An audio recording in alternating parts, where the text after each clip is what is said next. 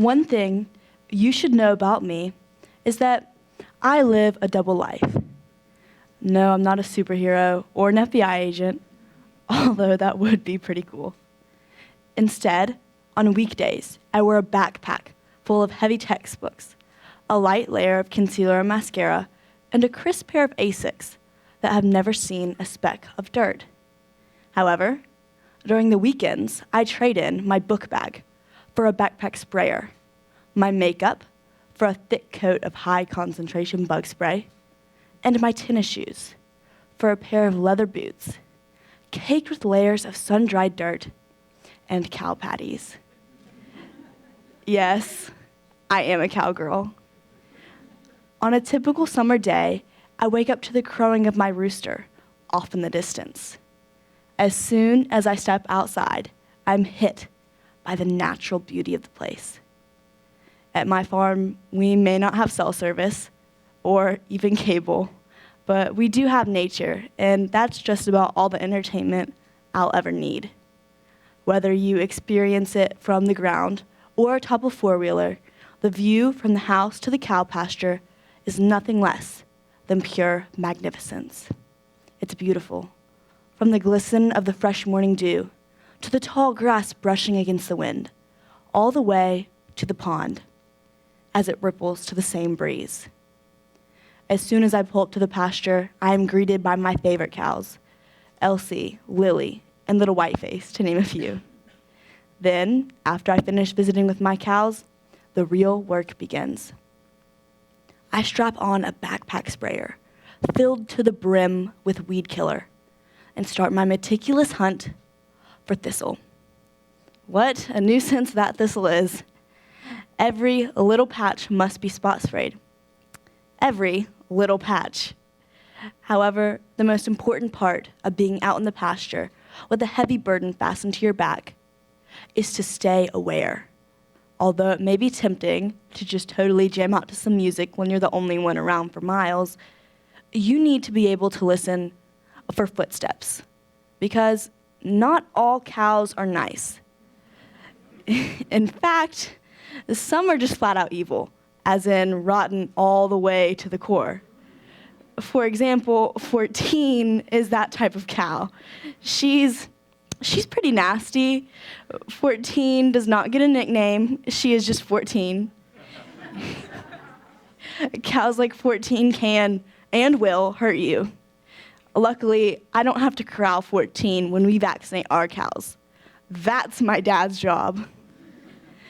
Instead, I run the head catch, which basically means that when a cow runs down the alley of our catch pen, I clamp a metal contraption down on their neck right when they put their head through.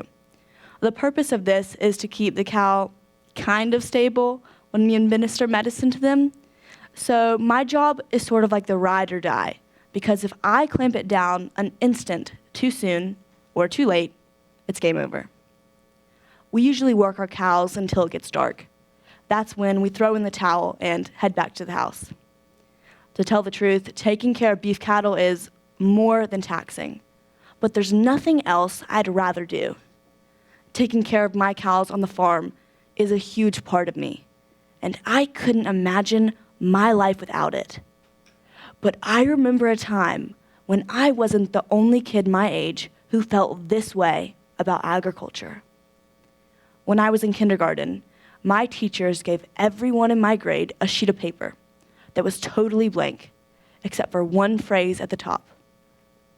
When I grow up, I want to be a blank. Everyone colored in their ideal job and hung up their paper in the kindergarten hall. I vividly remember walking down that hall and seeing countless farmers and cowboys. I was not alone. However, this year in my career prep class, we were learning about career clusters. And after watching a few videos about each cluster, we had to rank our top 3 and our bottom 3. Almost every single person in my class put agriculture in their bottom 3. But there I was, sitting there, with agriculture as my top choice. Even in a theoretical ranking, my peers did not even consider agriculture. These people were the kindergartners that dreamed of being farmers and cowboys, and now they're not even giving it a second thought. I'm not gonna lie, it was kind of awkward, but all I could think was, how did this happen? Well, in the early 19th century, the US economy was primarily agricultural. There was an abundance of small farms that were the driving force of America. However, this all changed with the Industrial Revolution. The population began to urbanize and enter an industrial workforce, leaving behind the rural agricultural lifestyle that they once knew. Eventually, the production of food itself was industrialized, which rapidly increased the speed at which small farms were dying out. Now, the agriculture that was once common is at the brink of destruction. Less than 1% of the workforce is employed in agriculture as a whole. With the rise of corporate farms, agriculture as an industry was changed forever. For the first time, food was being mass-produced in order to maximize profits, no matter the consequences. The sole purpose of these large corporations was to make as much food as cheaply and as efficiently as possible. Corporations quickly took control over the entire industry. Now, only 4 corporations control 80% of the beef in the US. Smaller farms and ranches now have no choice but to cooperate with these companies because there are no other alternatives.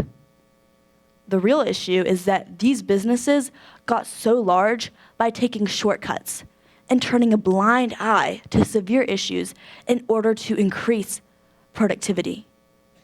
The meat you eat every single day more than likely comes from a feedlot, where cows are crammed together in pens with no grass and pumped full of antibiotics.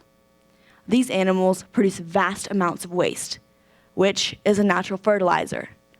But since these cows are full of antibiotics, so is their waste.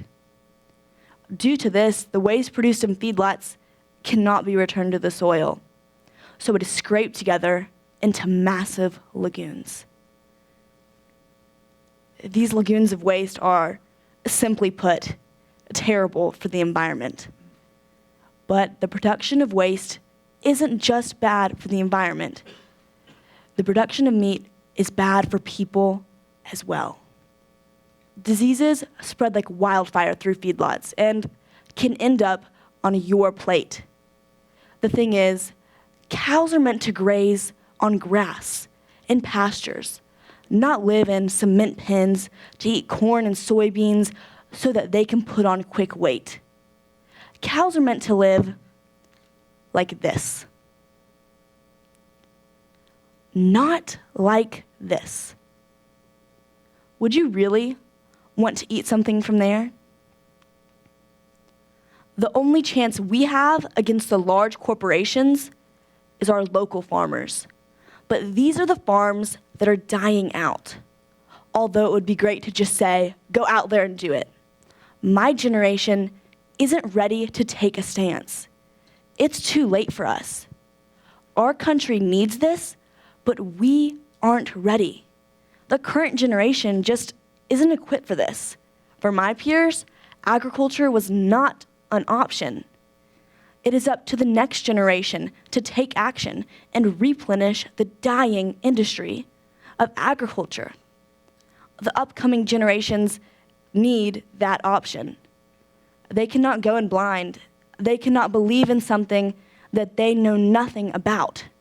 That's why agriculture needs to be taught in schools, just as we teach science for kids to become doctors and math for kids to become engineers. We must teach kids agriculture for them to become farmers. The interest is there. I've seen it. Those drawings of farmers were lined up all over the kindergarten hall. But if that natural interest isn't nurtured, it will die out. For many, it did, just like it did for those in my career prep class. We need to teach kids agriculture at a young age so that their interest in it are nurtured. We can't let agriculture die out and give in to factory farms. We can't give up. We need to give the next generation a chance. We need to teach them about agriculture. Thank you.